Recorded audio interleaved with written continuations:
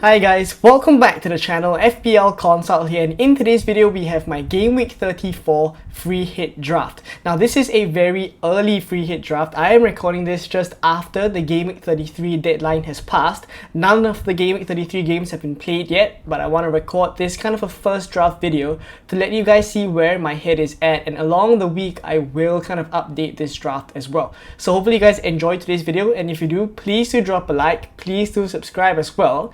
And let's get on with the video. So whenever I'm building free hit drafts, I think the best place to start, as always, are the fixtures. This is kind of a 1 week punt kind of a draft. So really you have to assess the fixtures, see which one you want to target for clean sheets as well as goals. And I think there's no better place to look for other than the odds by the markets, right? Because obviously lots of money has been spent by these models to kind of come up with the percentages as well as the predicted goals that we see here on screen. So the source of today's data is 11fi.com. I've been using his website for a really long time right now. He's a really nice guy. I do encourage you guys to kind of visit the website and take a look at the incredible data that they have there.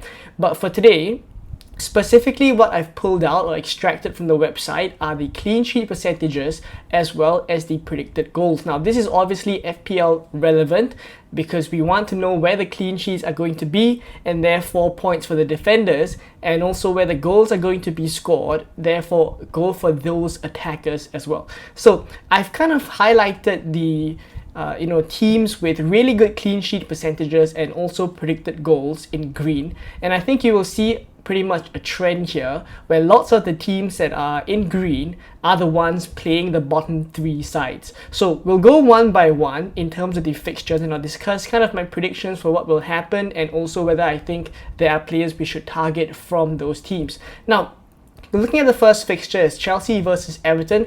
I do imagine this game will be slightly more tricky to predict. The markets have kind of Chelsea as the favourites here, the slight favourites in terms of predicted goals, 1.5, and also clean sheet odds wise. They are pretty high as compared to Everton, but based off of what we've seen the last few weeks, I'm not super certain that I really trust Chelsea. So to be honest, the Game Week 34 free hit draft that you will see later on will have no Chelsea defenders nor any Chelsea attackers. As for Everton, I also wouldn't kind of target their assets, because if Chelsea kind of show up on that day, which isn't impossible, then you won't expect too much from Everton as well, right? So even though they're in really good form, I have to say, Chelsea and Everton players, I don't think I would have any of them. Now, in terms of the next fixture is Brighton versus West Ham. This is also another more tricky fixture to predict, simply because Brighton are pretty decent, I would say, as a team over the course of the season, but they have ups and downs. The week before, they also lost to Leicester. We'll see how they do in Game Week 30. Not lost to Leicester, they drew Leicester 2-2. But Game Week 33, as I've said, the games haven't been played yet. We'll see how they do. But against West Ham, and West Ham are a team that recently have been doing pretty well under Graham Potter. So I do think like this could be another KG game. I do think like assets like Jarrod Bowen could be an interesting one to go for if you do expect West Ham to kind of get a goal against Brighton. Aside from that, the next fixture here is, I think, one of the banker fixtures is Newcastle versus Ipswich, and you would imagine that Newcastle, fighting for the Champions League places, are going to go all out for these last few games of the season. And coupled with their form, it's no surprise they are top of the clean sheet percentages with 41% and also predicted goals with 2.6. Now Liverpool are also pretty high up the predicted goals, but we'll speak about Liverpool later on. So as for Newcastle, you would imagine lots of the attackers will be very popular. Alexander Isak specifically. Jacob Murphy has been doing well of late as well. Defenders wise, there's Livramento, Trippier, Fabian Schär, Dan Burn, all could be considered in their own right. Now next up, it's also another relegation team. Southampton have now been relegated. They have nothing to play for. And Fulham are a team here with really high clean sheet percentages and also predicted goals, 36% for clean sheet, 1.7 for goals. So you would imagine that this is a fixture you can target the Fulham assets, specifically players like Muniz up front, who's been starting as the number 9 in the last few games, and also Anthony Robinson at the backline. If you do prefer to go for double defense from Fulham, then I think Leno is also someone you could consider. Joachim Anderson as another centre back, also someone you can consider. Now next up, it's Wolves versus Leicester. Wolves have been doing really well of late. Even without Cunha during his suspension, Wolves have kind of won 4 games on the spin now. Again, we'll see how they do in Game Week 33, but regardless, I think their assets will be quite popular against Leicester, who are a team that kind of are underperforming at the moment. So I do think Wolves versus Leicester, again, a fixture you could see people going for Wolves assets here. Now, next up, the last 3 fixtures here that we see: Bournemouth versus United, Liverpool and Spurs, and then Forest and Brentford. I want to speak specifically about the Bournemouth fixture as well as the Forest fixture. Now, the reason why I want to call out these 2 fixtures is because, firstly, Bournemouth and Forest are teams that are very close to the European positions if they aren't already. So Bournemouth are kind of just a couple of points away from European positions. Forest are kind of quite high up the table now, but it is very tight. They could drop out. They could, if they kind of lose a couple of games, they could fall out the European positions, and that's not what they want. So point is to say that teams like Bournemouth, who are kind of on the cusp of the European positions, I do imagine they will push for it. Forest, on the other hand, they are in there already. They will want to stay in those positions. What I'd say about these 2 teams is that they would go all out in these games. And specifically for Manchester United, Ruben Amorim has said that he isn't going to focus on the Premier League. He's already come out to say that his main focus this season will be the Europa League. Given their win against Lyon a couple of days ago, you would imagine that does make sense as well, that they're in the Europa League semi-finals now. So either ways, this is kind of a case where I think Bournemouth will be pushing very hard. Manchester United could be a little bit on the beach, and that's why you see here goals is 1.8 for Bournemouth, and it's pretty low for United, 1.2. Clean sheets wise, Bournemouth are also 29%. So Bournemouth are quite big favourites to win this game, and also they are playing at the Vitality Stadium. So another fixture that maybe you could see a couple of assets pop up that are quite interesting or differential to have on your wild card. Aside from that, for Forest, again, they are in the European positions. They want to stay there. Across the season, they've kind of played really well. Dropped off a little bit of late, but I think against Brentford at home, you could go for some of their assets there. And then for Liverpool, again, pushing for the title against Spurs. Spurs also another team that are putting most of their efforts in the Europa League as well. So you would imagine Liverpool could come away with a pretty huge victory here. So 2.7 goals for Liverpool is the prediction. 34% clean sheet odds as well. So there we kind of break down the fixtures and the players I think we should target. So now let's have a look very quickly at my first Game Week 34 free hit draft. So this is where I'm at in terms of my first draft for the Game Week 34 free hit. Yes, the chip for myself is active, and I will be using the free hit chip to kind of navigate this blank game week. So in terms of where my head is at for the starting 11, I've gone with Jose Sa in goal. In defense, it's Livramento, Robinson, and Aït-Nouri. In midfield, it's Ilanga, Semenyo, Salah, Murphy, and up front, Isak, Cunha, and Muniz. So the classic 3-4-3 that we've been playing the whole season pretty much still stays. And let's break down kind of the choices that I've gone for here.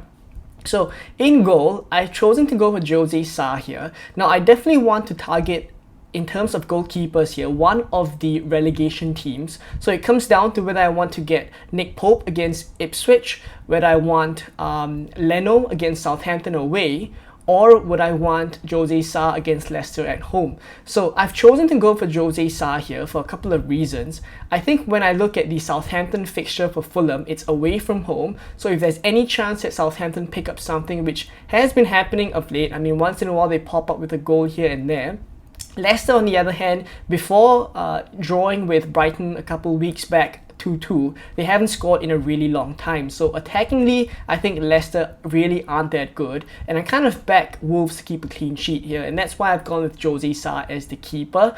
Now, also another reason is I kind of want to save the Newcastle spot for Livramento, because I mean, Livramento is obviously a more attacking defensive asset rather than going for Nick Pope as my keeper. So Jose Sa gets the position in the nets. Now, in terms of Aït-Nouri here, this is a double up on the Wolves defense, both playing Leicester at home. Obviously, Aït-Nouri recently has done really well, picked up a couple of goals that we know he is capable of, and I think there is consideration to be had about whether we want to instead of going for double Wolves defense, go for double Wolves attack, because this is really a fixture you could see Wolves doing quite well in. So Cunha up front with a double up of Strand Larsen is something that can be considered. But you see, I have Rodrigo Muniz there as well as Alexander Isak too. So I kind of want to, have to make a decision here, and I've gone for Jose Sa and Aït-Nouri as double Wolves defense. Now, aside from that, the other two defenders are Robinson against Southampton away and Livramento against Ipswich at home. You'll see that all three of my defenders are playing the bottom three teams, and all of them are very attacking in their own right, so I don't have to justify them too much. The only other consideration that you could give is whether you want to go from Livramento up to someone like Kieran Trippier, thinking that he will be on most of the set pieces as well. But aside from that, if you just want to stick with Livramento, or you want to go for Dan Burn with a bullet header, or Fabian Schär, who is always capable of picking up an assist or a goal now and then, you could do so. There's lots of money in the bank. This team value is only 93.7 million. Now in midfield, it's Elanga, Semenyo, Salah and Murphy. I'll start with the easy ones here. Salah is definitely going to be in every draft that I make for this week.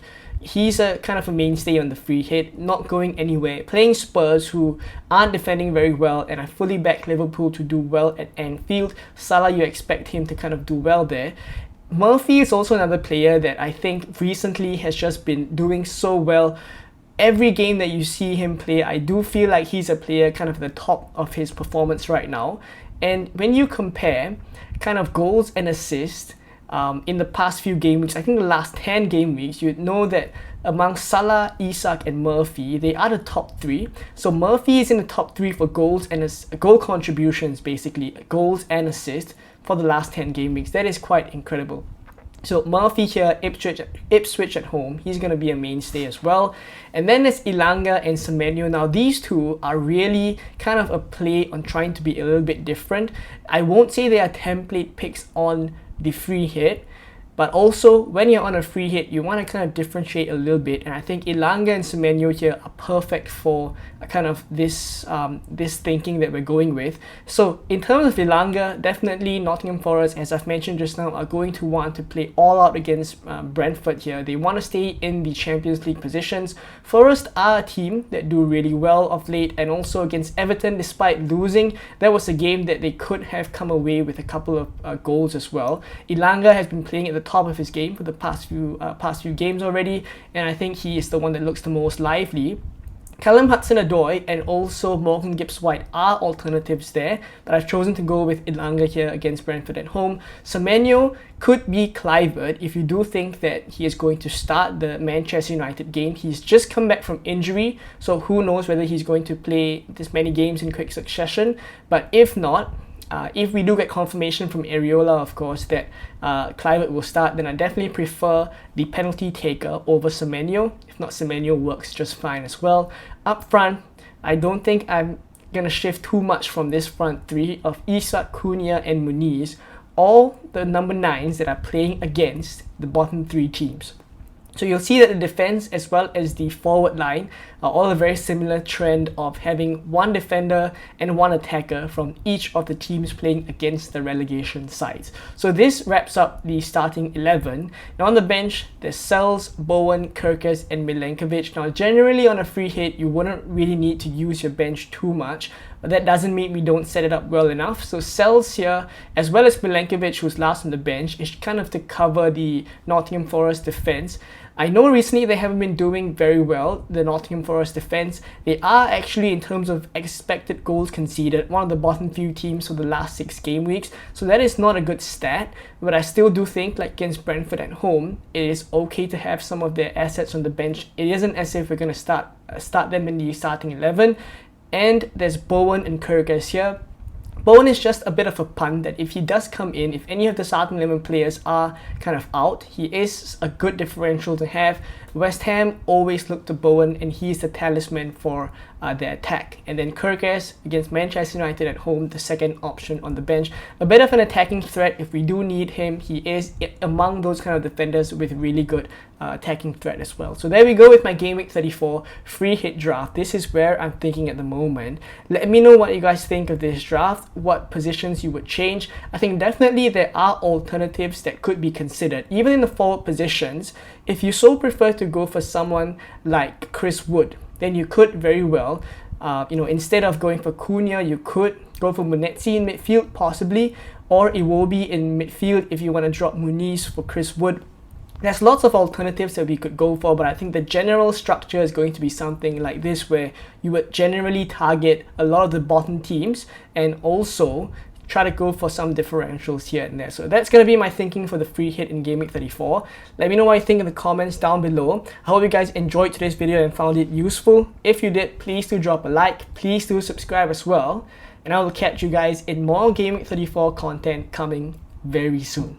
Bye bye.